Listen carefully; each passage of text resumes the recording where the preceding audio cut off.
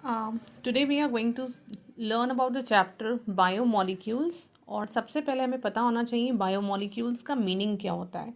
तो बायोमोलिक्यूल्स जो होते हैं ये हमारी बॉडी में एग्जिस्ट करते हैं, ठीक है ना। They exist in our body और ये कॉम्प्लेक्स ऑर्गेनिक कंपाउंड होते हैं विच मेक लिविंग मैटर, जो लिविंग मैटर को बनाएंगे और रिस्पॉन्सिबल होते हैं उनकी ग्रोथ के लिए, उनकी मेंटेनेंस के लिए, उन पर्टिकुलर लिविंग ऑर्गेनिजम्स की। तो उन मॉलिक्यूल्स को, उन ऑर्गेनिक कंपाउंड्स को, ये कॉम्प्लेक्स हैं, इनको बायोमॉलिक्यूल्स बोला जाएगा।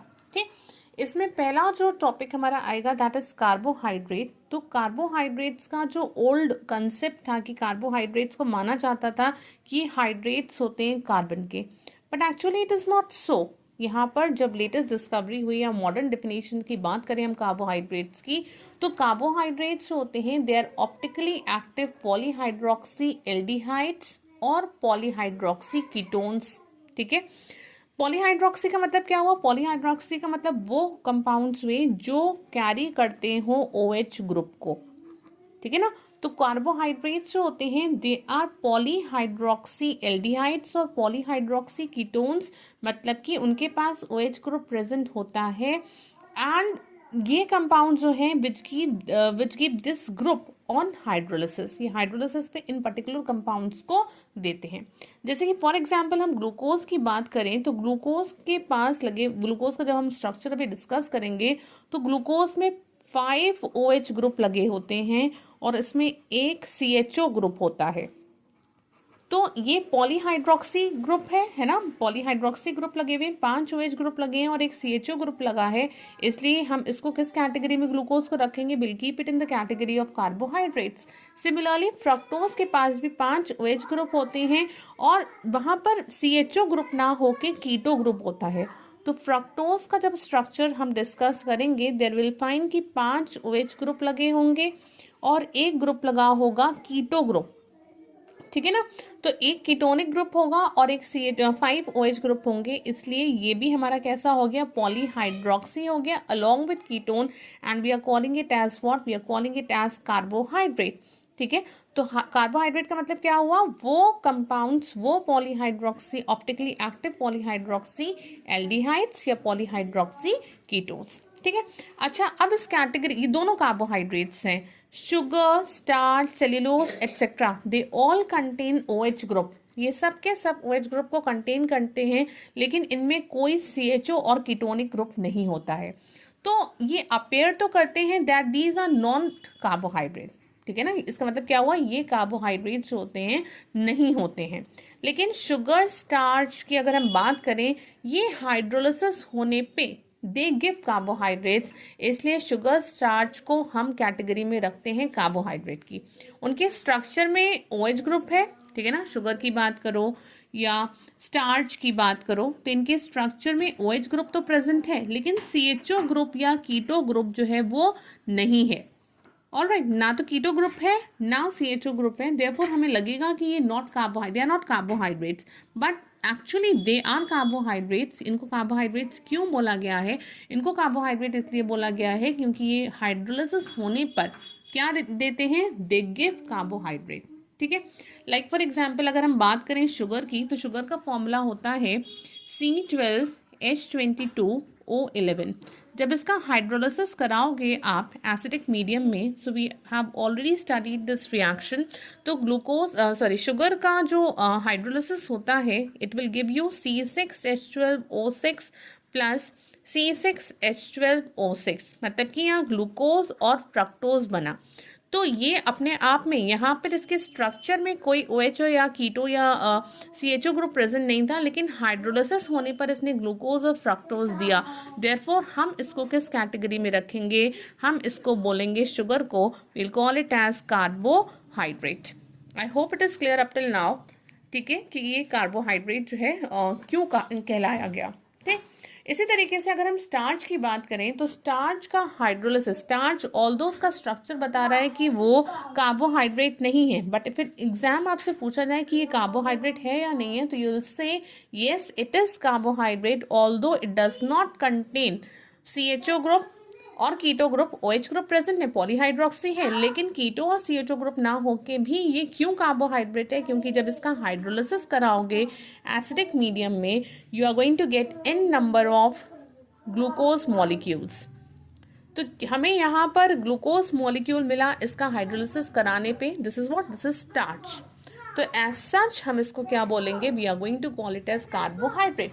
कार्बोहाइड्रेट्स को सैकराइड्स भी बोला जाता है, we also call it as saccharides. Carbohydrate जो हैं they provide us basic necessities of life, जैसे कि फूड, क्लोथिंग, शेल्टर। तो हमारे बहुत सारे पर्पस जो हैं वो हमारा कार्बोहाइड्रेट जो है वो फुलफिल करता है। Classification of carbohydrate next topic है हमारा, क्लासिफिकेशन।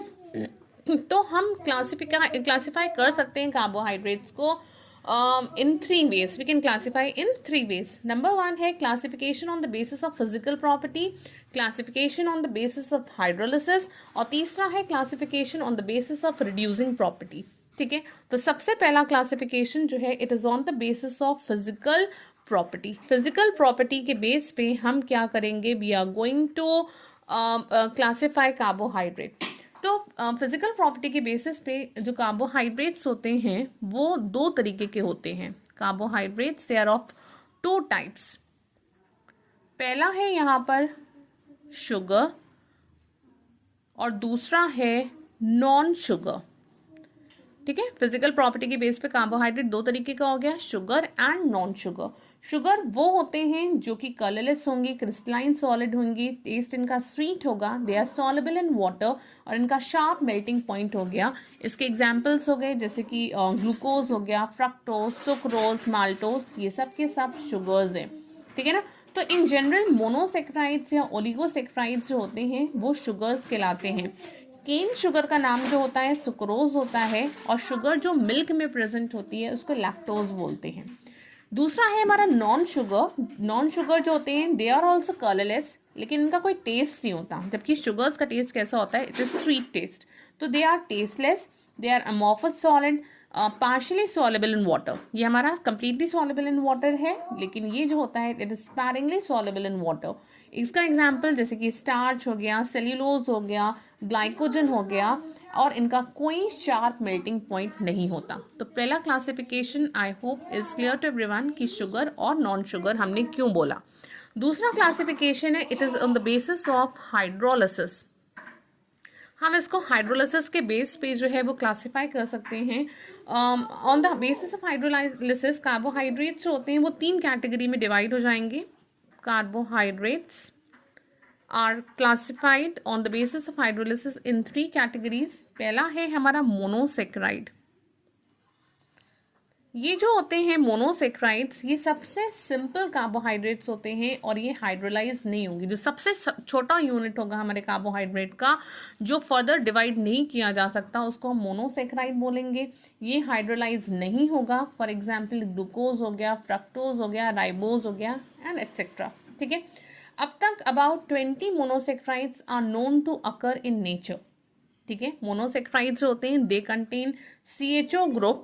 तो वो मोनोसेक्राइड्स जो CHO ग्रुप को कंटेन करेंगे, जिनके पास CHO ग्रुप होगा, उनको बोला जाता है एल्डोजिस। तो वो monosaccharides which contain CHO group is known as aldoses, और वो मोनोसेक्राइड जो कंटेन करेंगे कीटोनिक ग्रुप है ना, जो जिनके पास कीटोनिक ग्रुप होगा, हम उनको बोलते हैं कीटोसिस। तो कार्बोहाइड्रेट्स का सबसे छोटा यूनिट मोनोसेक्राइड। मोनोसेक्राइड सबसे सिंपल है, हाइड्रोलाइज नहीं होगा, और वो मोनोसेक्राइड जो CHO ग्रुप को कैरी करेंगे उनको बोलेंगे एल्डोजिस, और जो कैरी करेंगे कीटोनिक ग्रुप को उनको बोलते हैं कीटोसिस। ग्लूकोज जो है, ग्लूकोज इज एल्डोहेक्सोस है ना। ये इसका मतलब क्या होता है? It shows that glucose contain CHO group और इसके पास 6 कार्बन एटम होंगे। ठीक है, यहाँ पर अब हमारा जो दूसरा पहला तो मैंने मोनोसेक्राइड बताया, the another one is this is oligosaccharide.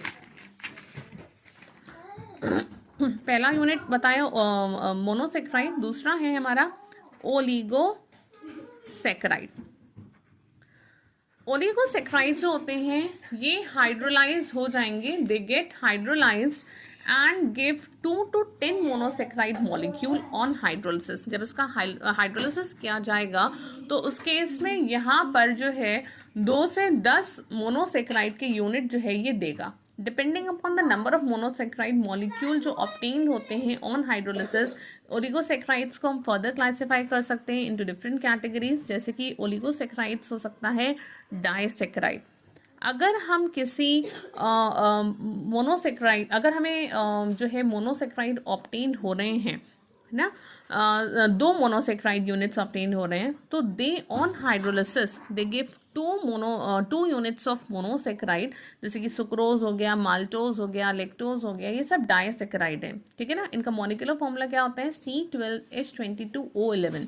Alright, तो अगर एग्जाम्पल इसका मैं लिखूं तो यहाँ पर C12H22O11, तो जब इसका हाइड्रोलिसिस कराते हैं, अभी रिएक्शन हमने देखी थी, तो हमें मिलता है 1 यूनिट ग्लूकोज का और 1 यूनिट फ्रक्टोज का। तो यहाँ पे इसका हाइड्रोलिसिस जो है वो 2 यूनिट हमें दे रहा है मोनोसेक्राइड के, इसलिए हम इसको क्या बोलेंगे, we are going to call it as disaccharide. इसी तरीके से दूसरा जो क्लासिफिकेशन है ओलिगोसेक्राइड को हमने डिवाइड किया, उसको करा है ट्राइसेक्राइड यूनिट में। ट्राइसेक्राइड का मतलब क्या हुआ कि ये जो है हाइड्रोलिसिस होने पे 3 मॉलिक्यूल देते हैं, किसके, they give 3 molecules of monosaccharide. यहाँ पे 3 मोनोसेक्राइड के यूनिट्स मिलते हैं। और फिर आता है हमारा पॉलीसेक्राइड्स। तो पॉलीसेक्राइड्स का मतलब हुआ, पॉलीसेक्राइड्स का मीनिंग होता है कि जब इनका हाइड्रोलिसिस कराया जाएगा तो ये बहुत सारे मोनोसेक्राइड के यूनिट्स देंगे। लाइक C6H10O5 है हमारे पास N नंबर, तो जब इसका हम हाइड्रोलिसिस कराएंगे तो ये हमें N number of glucose molecule दे रहा है। तो यहाँ पर N नंबर मतलब बहुत सारे यूनिट्स जब ऑब्टेन होंगे तो हम उसको किस कैटेगरी में रखेंगे, we are going to keep it in the category of polysaccharide. और तीसरा क्लासिफिकेशन जो है that is on the basis of reducing property. This is on the basis of reducing property, ठीक है। क्लासिक कार्बोहाइड्रेट्स जो होते हैं they are classified as reducing carbohydrate या फिर नॉन रिड्यूसिंग। तो यहाँ पर रिड्यूसिंग कार्बोहाइड्रेट आ जाएंगे और दूसरे आ जाएंगे नॉन रिड्यूसिंग कार्बोहाइड्रेट।